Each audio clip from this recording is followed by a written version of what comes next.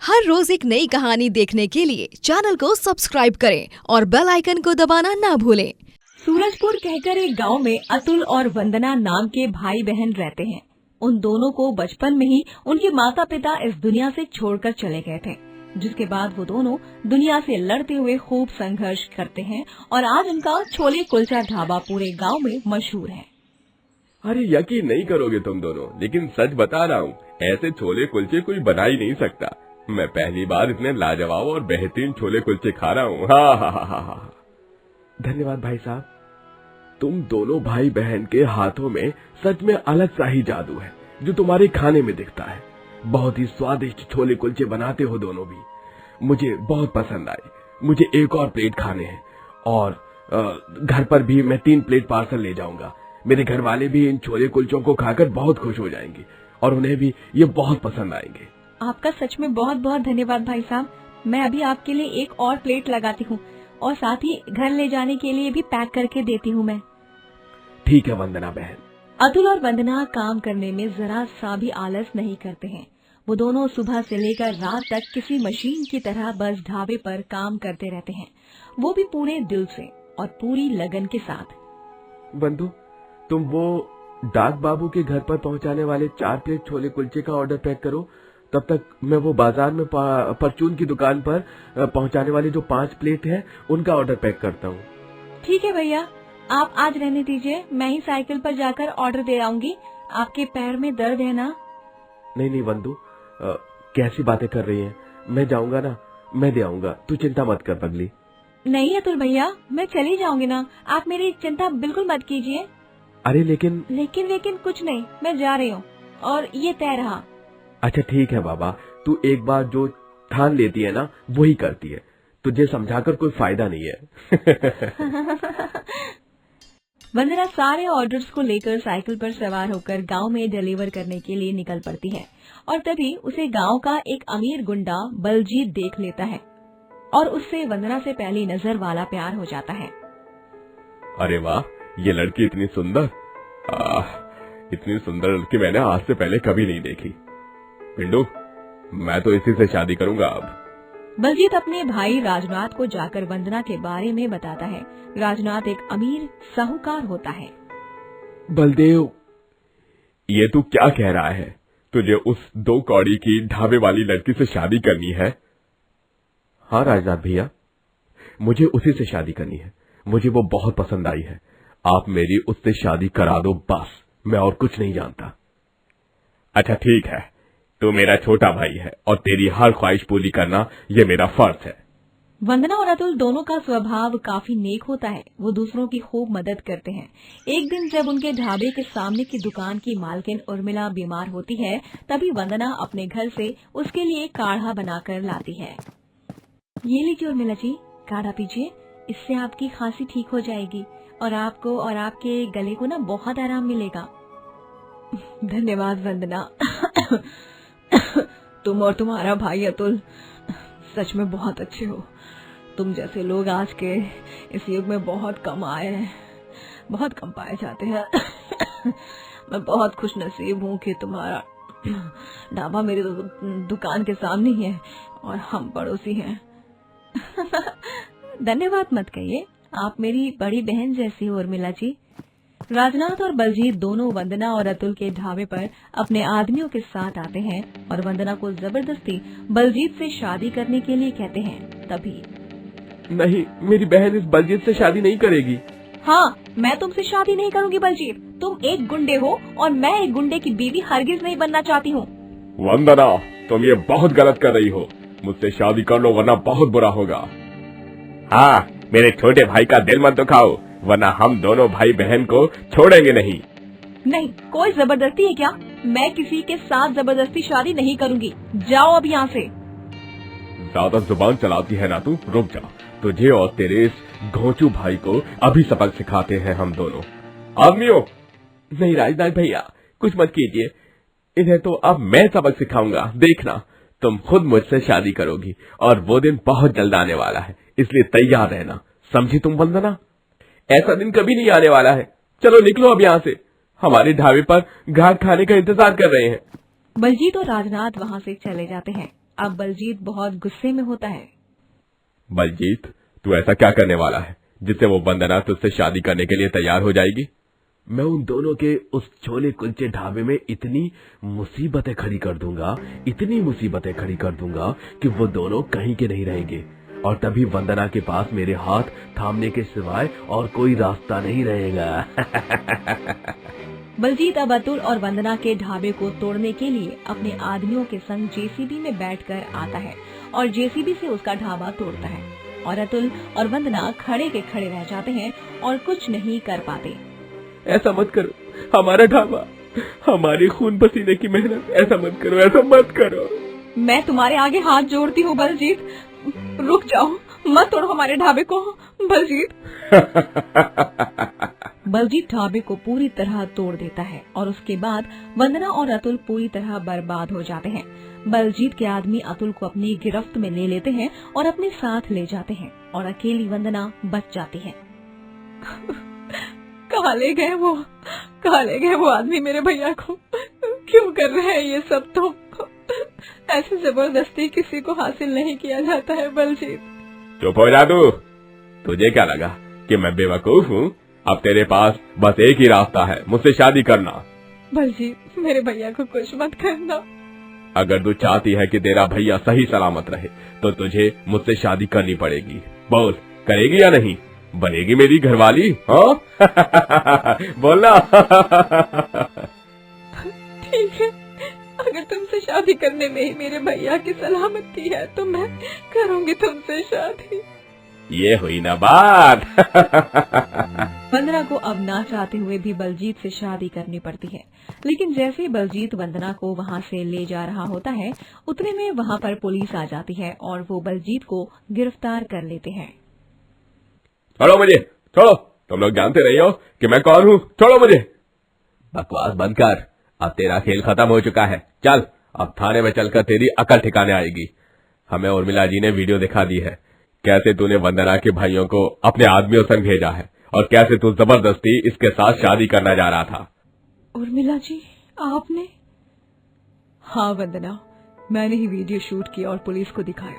तुमने और तुम्हारे भैया ने मेरे लिए बहुत कुछ किया है और तुम दोनों बहुत अच्छे हो। तुम्हारे साथ मैं गलत कैसे होने देती? तुम मुझे अपनी बड़ी बहन जैसा मानती हो, तो तुम भी मेरी छोटी बहन हो। आपका बहुत बहुत शुक्रिया, धन्यवाद उर्मिला जी। इस तरह अंत में पुलिस बलजीत को गिरफ्तार करके ले जाती है और अतुल और वंदना अपने छोले कुलचा ढाबा पर काम करना जारी रखते हैं और खूब नाम और पैसा कमाते हैं।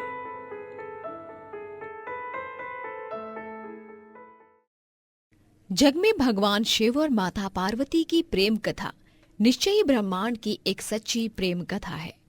सती के विरह में शिव जी की दयनीय दशा हो गई। वो हर पल सती का ही ध्यान करते हैं और उनकी चर्चा में व्यस्त रहते हैं। उधर सती ने भी शरीर का त्याग करते समय संकल्प किया था, मैं राजा हिमालय के यहाँ जन्म लेकर शंकर जी की अर्धांगिनी बनूंगी। अब जगदम्बा का संकल्प व्यर्थ होने से तो रहा। वो उचित समय पर राजा हिमालय की पत्नी मैना के गर्भ में प्रविष्ट होकर उनकी कोख में से प्रकट हुए। पर्वतराज की पुत्री होने के नाते हमारी संतान हमारी पुत्री पार्वती कहलाएगी। हर तरफ खुशी और हर्षोल्लास का परिसर हो गया। रानी मैना और राजा हिमालय ने पार्वती की खूब अच्छे से परवरिश की और उसमें सारे गुण भरे। जब पार्वती बड़ी होकर सयानी हुई तो उनके माता पिता को अच्छा वर तलाश करने की चिंता सताने लगी। हम अपनी पुत्री पार्वती का विवाह एक अच्छे और नेक इंसान के साथ कराएंगे। राजा जी, हमारी बेटी को अच्छा वर मिलेगा या नहीं? अवश्य रानी साहिबा, हमारी पुत्री पार्वती के लिए हम ऐसा वर चुनेंगे जिसमें गुणों की कोई कमी नहीं हो और वो हर तरह से सर्वश्रेष्ठ हो। एक दिन अचानक देवर्षि नारद राजा हिमालय के महल में आ पहुंचे और पार्वती को देख कहने लगे, नारायण नारायण। राजा जी, आपकी पुत्री पार्वती का विवाह तो शंकर जी के साथ ही होना चाहिए। अगर आप मुझसे पूछें तो मेरे हित में देवों के देव महादेव ही सभी दृष्टि से राजकुमारी पार्वती के लिए योग्य हैं।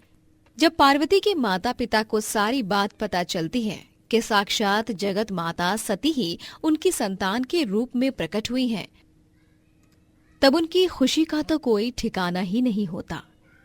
वो मनी मन अपने भाग्य को सराहने लगते हैं।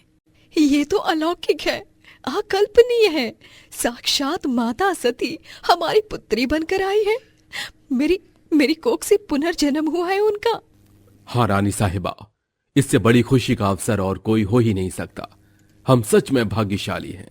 माता आदि शक्ति का दूसरे जन्म लेने का एकमात्र उद्देश्य था और वो था महादेव से विवाह। एक दिन अचानक भगवान शंकर सती के विरह में घूमते घूमते उसी प्रदेश में जा पहुंचे और पास ही के स्थान गंगावतरण में तपस्या करने लगे। जब राजा हिमालय को इसकी जानकारी मिली तो वो पार्वती को लेकर शिव जी के पास गए। वहां राजा ने शिव जी से विनम्रता पूर्वक अपनी पुत्री को सेवा में ग्रहण करने की प्रार्थना की। शिव जी ने पहले तो आनाकानी की, परंतु पार्वती की भक्ति देखकर वो उनका आग्रह न टाल सके। शिव जी से अनुमति मिलने के बाद तो पार्वती प्रतिदिन अपनी सखियों के साथ महादेव की सेवा करने लगी। वो हमेशा इस बात का ध्यान रखती थी कि शिव जी को किसी भी प्रकार का कष्ट न हो। वो हमेशा उनके चरण धोकर चरणोदक ग्रहण करती हैं। इसी तरह पार्वती को भगवान शंकर की सेवा करते हुए दीर्घ समय व्यतीत हो गया, परंतु पार्वती जैसी सुंदर बाला को इस प्रकार एकांत में सेवा लेते रहने पर भी शंकर के मन में कभी विकार नहीं हुआ। वो सदा अपनी समाधि ही निश्चल रहते। उधर देवी देवताओं को तारक नाम का असुर बड़ा दुख देने लगा। ये जानकर कि शिव के पुत्र से ही तारक की मृत्यु हो सकती है, सभी देवी देवता शिव पार्वती का विवाह कराने की चेष्टा करने लगे। नारायण नारायण। यदि आदि शक्ति और भोलेनाथ का विवाह हुआ तो विवाह के बाद उनके पुत्र के हाथ ही तारकासुर का वध हो जाएगा, किंतु ब्रह्मदेव, महादेव और पार्वती के विवाह कैसे होगा? सभी देवी देवता विष्णु जी के पास इस दुविधा का हल मांगने गए। तभी इस सब में हमारी सहायता केवल कामदेव ही कर सकते हैं। शिव को पार्वती के प्रति आकर्षित करने के लिए देवताओं ने कामदेव को शिव जी के पास भेजा, परंतु पुष्प युद्ध का पुष्प बाण भी शंकर के मन को आकुल न कर सका। उल्टा कामदेव उनकी क्रोधाग्नि से भस्म हो गए। इसके बाद शंकर भी वहां से कैलाश की ओर चल दिए। पार्वती को शंकर की सेवा से वंचित होने का बड़ा दुख हुआ। उनको निराश न होकर अब की बार नल द्वार शंकर को संतुष्ट करने की मन में ठानी। उनकी माता रानी मैनावती ने उन्हें नल के माध्यम से समझाकर बहुत मना किया, लेकिन पार्वती पर इसका कोई असर नहीं हुआ। अपने संकल्प से वो तनिक भी विचलित नहीं हुई। वो घर से निकल पड़ी और शिखर पर तपस्या करने लगी, जहां शिव जी ने तपस्या की थी। ओम नमः शिवाय, ओम नमः शिवाय। तभी से लोग उस शिखर को गौरी शिखर कहने लगे। वहां उन्होंने पहले वर्ष फलाहार से जीवन व्यतीत किया, दूसरे वर्ष वो पर्ण यानी वृक्षों के पत्ते खाकर रहने लगी और फिर तो उन्हें पर्ण का भी त्याग कर दिया और इसीलिए वो अपर्णा कहलाई। इसी प्रकार पार्वती ने पूरे 3000 वर्ष तक घोर तपस्या की। उनकी कठोर तपस्या को देख ऋषि मुनि और अन्य सभी देवी देवता भी दंग रह गए। नारायण नारायण। हे ब्रह्मदेव, मुझसे तो माता पार्वती की ये दशा देखी नहीं जा रही। महादेव तो अपनी समाधि में लीन है। हाँ ब्रह्मदेव, यदि शिव जी यूं ही अपनी समाधि में लीन रहे और माता पार्वती को उनकी तपस्या का फल नहीं दिया तो इस समस्त संसार को तारकासुर के आतंक से मुक्त करना कठिन हो जाएगा। अंत में शिव जी का आसन हिला। उन्होंने पार्वती की परीक्षा के लिए पहले सप्त ऋषियों को भेजा और पीछे स्वयं वटुवेश धारण कर पार्वती की परीक्षा के लिए प्रस्थान किया। जब उन्होंने सब प्रकार से जांच परख करके देख लिया कि पार्वती की उनमें अविचल निष्ठा है, तब तो वो स्वयं को अधिक देर तक छिपा न सके। वो तुरंत अपने असली रूप में पार्वती के सामने प्रकट हुए। अपना नेत्र खोलो पार्वती। महादेव, मैं तुम्हें पाणी ग्रहण का वरदान देता हूँ। उन्होंने पार्वती को पाणी ग्रहण का वरदान दिया और वहां से अदृश्य हो गए। पार्वती अपने तप को पूर्ण होते देख घर लौट आई और उन्होंने अपने माता पिता को सब कुछ बताया। अपनी दुलारी पुत्री की कठोर तपस्या को फलीभूत होता देखकर माता पिता के आनंद का ठिकाना नहीं रहा। उधर शंकर जी ने सप्तऋषियों को विवाह का प्रस्ताव देकर राजा हिमालय के पास भेजा और इसी प्रकार विवाह की शुभ तिथि तय हुई। विवाह के लिए गंगा, यमुना, सरस्वती, कृष्ण सभी देवियां माता पार्वती का श्रृंगार करने पहुंची। महादेव को उनके भक्त तैयार करने लगे और फिर महादेव अपने गले में नर मुंडों की माला डाले हुए, पूरे शरीर पर भस्म लिपटे हुए, अपने नंदी बैल पर सवार होकर सभी देवताओं, गणों और भूतों की बारात लेकर माता पार्वती के महल की ओर निकल पड़े। इस अवसर पर सभी बाराती खुशी से नाच गा रहे थे। तभी अपने होने वाले दामाद शंकर की आरती के लिए द्वार पर आरती की थाली लिए खड़ी रानी मैनावती जब शिव के बदन पर भस्म लिपटा हुआ देखती हैं और उन्हें भूत प्रेत के साथ आते देखती हैं, तब वो अत्यंत घबरा जाती हैं। मैं ये विवाह नहीं होने दूंगी। मैं अपनी फूल सी बच्ची अपनी पार्वती को एक अघोरी से विवाह नहीं करने दूंगी। इस अघोरी के पूरे बदन पर भस्म लिपटी हुई है और तो और इसके साथ ही भी भूत प्रेत हैं। मैनावती बेहोश हो जाती है, लेकिन बाद में जब उसे होश आता है तब, माँ, आप महादेव का ये रूप देख भयभीत ना होइए। इस संसार का सबसे रौद्र रूप भी वही है और सबसे सुंदर रूप भी वही है। रानी मैनावती, आप निश्चिंत रहिए। महादेव के अनेक रूप हैं और आपके हेतु मैं महादेव को इस संसार के सबसे मनमोहक रूप में सजाकर आपके समक्ष लाऊंगा।